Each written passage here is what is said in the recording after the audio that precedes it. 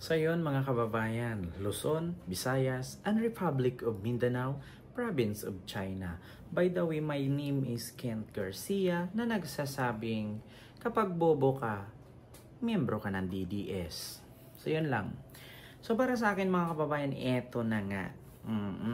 So ngayon meron tayong reaksyonan na kung saan nga ay nakakagulat. Oo. Sa kabila po ng issue na kung saan pinagyabang nga nitong mga DDS at mga supporter ni Digong na kung saan ay ang Davao City daw ay napakalinis, napakaunlad at pangatlo daw sa buong mundo sa pinakasikat, pinaka-safe. So ngunit mga kababayan, lagi nilang binibira ang administrasyong Marcos na kung saan si Pangulong Bongbong Marcos daw ay weak. Meron tayong weak leader. Meron tayong bangag na presidente. Yun ang sabi lagi ni Duterte. Pero napansin ko habang sa nagre-research ako at nag-iikot sa Google, sa mga videos, sa mga blogs, sa Facebook, never akong nakakita ng squatter sa Ilocos. Walang squatter sa norte. Pero pagdating sa Davao, grabe po pala ang squatter doon. Hindi pinapakita sa mainstream media. At hindi rin alam ng media na meron palang squammy area sa Davao. So, paano ngayon nasabi na ang Davao City napakaunlad at advanced? Isamantalang ang lugar nila parang napag-iwanan ng kabihasnan. Parang napag-iwanan. Alam niyo kung bakit? Kung unlad ang Davao, bakit mas maganda ang Cebu? 'Di ba? Bakit mas maganda ang Taguig? Kung talagang advance ang Davao City. So ito po mga kababayan, meron pa ako ipapakita sa inyo picture. Ayan. Kung nakita niyo po yan mga kababayan, yung picture pong yan po ay sa Davao City squatter area. Oo, tama po. Opo, totoo po. Nakita nyo po. Yan pong picture na yan ay sa squatter area na kung saan parte ng Davao City. Take note mga kababayan, na kung saan mga kababayan ay pinagyabang ng mga Duterte na ang Davao safe, ang Davao maganda, malinis, maayos. Kung papanuurin po natin sa mga balita, no, na mismo mga taga Davao ang nag-post, paano nyo masabing malinis ang Davao na kung saan laging baha? Ngayon tinatanong ko po, saan po ba yung baha banda? Mismong Davao City. At hindi nyo po ba naaalala na ang Davao City po, mga kababayan, sila po ang nagkaroon ng pinakamalaking pondo para sa flood control nung panahon ni Duterte. Sila po ang kumuha at tumanggap ng pinakamalaking halaga ng flood control sa administrasyon na kung saan si Duterte ang presidente na mismong taga Davao.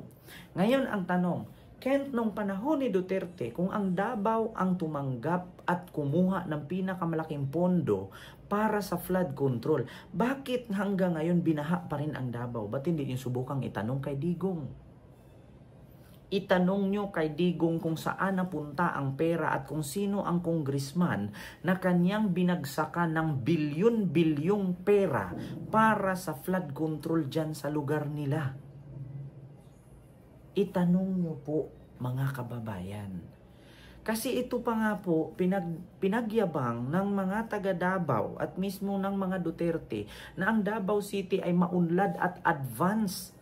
Biruin nyo, ang Davao daw ay pangatlo lamang sa buong mundo na katulad ng Amerika, Canada at Davao na merong 911 for disaster.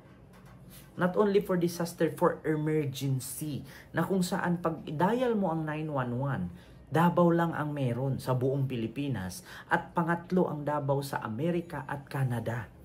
So bakit kung meron palang ganyan sila na na-built dyan sa City of Davao, bakit yung squatter area sa Davao ay Ganito po, ayan o.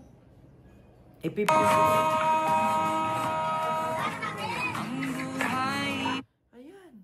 Napanood nyo. Iskwami area in Davao. Wala pa akong nakitang ganito sa Ilocos Region. Yung mahangin na taga Davao na nagtanong taga dito sa slum area. Yung mahangin na taga Davao na nagtanong taga dito sa slum area. Diba? Ikaw po ba pumunta na sa Davao? Oh, may nagtanong kasi. So ngayon, sabi niya, nakapunta nga po ako sa Davao. Pero yan po ang hitsura ng tinirhan namin sa Davao. Kasi taga Davao po ang nag-post. Kasi may nagtanong kasi, ikaw po ba pumunta na sa Davao? Sabing ganon. Ngayon, pinost niya, ito po, taga Davao po ako. Dito po ako nakatira. Davao City Squatter Area. So, Diyos mio Marimar. Kaya kayo mga taga Davao, hindi ko naman nilalahat kasi hindi naman po lahat ng taga Davao ay sang-ayon sa mga Duterte. Yung iba galit sa mga Duterte. Isabi niyo po yung totoo. Huwag niyo pong pagtakpan yung mga Duterte. Huwag niyong sabihin na magaling mamuno ang mga Duterte, pero kung magaling silang mamuno for almost 20 years, di ba? City. Pero look, pinagyabang ni Duterte na ang Davao is number 1 na pinakamalinis, pinakamaunlad, pinakamalaki ang era, di ba? Pero what the heck? Diba? What the heck? Bakit ganun? Shh! Diba? Bakit ganun? Ang lawak ng squatter area. Di mo maintindihan. Oh, ayan, nakita nyo. Nakakahiya po. Ako actually sa Tondo, ha. Ako sa Tondo, nakatira din po ako sa Tondo, pero hindi po ganyang kadumi. At saka take note, ang Manila hindi po pinagyabang ni Isko nung si Isko ang mayor na walang squatter. May squatter pero pinatayuan niya ng kondo. Take note, si Isko 3 years pa lang pong nakaupo at the time. Pero si Digong 20 years pong namuno dyan sa Davao City. Pero what happened? What happened? Ba't may ganyan? Diba? Alam mo sa totoo lang. Hindi mo malaman kung saan ka.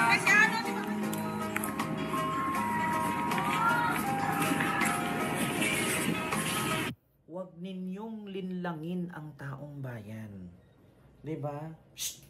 Sinasabi ninyo na ang Davao malinis. Sinasabi ninyo magaling mamuno ang mga Duterte. Pero look what happened to their place. Anong nangyari sa kanilang pamumuno? Nagbago ba? Umunlad ba? Wala po. Kasi dinaan lang kayo sa kwento. Alam nyo, puro lang kasi kwento na walang kwenta. Shh. Diba? Yung kwento ng mga Duterte, walang kwenta. Pinagyabang nila na ganito sila, pinagyabang nila na ganun sila. Pero all of the sudden, sa likod ng kamera, nakikita, dati pwedeng linlangin ng mga Duterte ang mga taga Luzon at taga Visayas na malinis sa kanila kasi hindi pa uso ang Facebook, hindi pa uso ang TikTok, hindi pa uso ang YouTube. What the heck? Diba? Tingnan nyo po naman, nung nagsulputan na ang social media, doon na po nasilip ang nangyari at totoong pangyayari sa lugar nila. Huwag po kayong tanga, mga DDS. Aminin nyo man po o sa hindi. Totoo po yan, hindi po editing.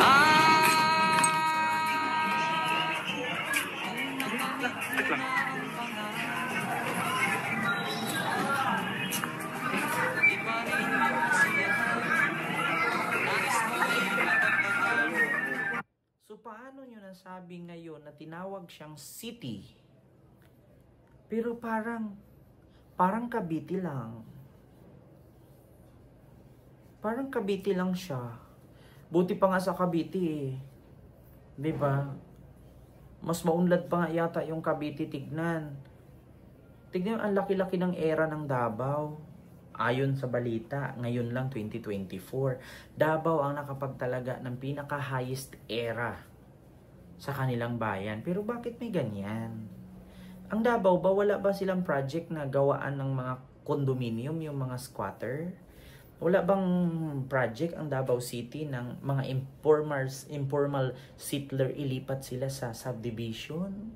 Katulad sa ginawa ni Isko sa Basi Community at sa Binondominium at Tondominium? Wala bang ganun na project ang Davao? So anong ginawa ng mayor nila dyan sa Davao City? Huwag nyo pong linlangin ang tao. Uso na po ang social media. Sa social media, makikita mo po ang totoo. Walang edited sa SOCMED. Maliban na lang kung sabihin mong edited. Di ba? Maliban na lang kung sabihin mong peke. Pero hindi po yun peke. Mismo po taga Davao ang nag-share ng video. So yun lang, maraming salamat and see you next vlog. God first. Thank you. Mapagmatsyag, mapagpanuri at mapagmasid, Luzon, Visayas, and Republic of Mindanao, Province of China. Huwag po kayo magalit dyan kasi pinagyabang po ni Digong yan na ang Mindanao daw ay Province of China. And I thank you, God first.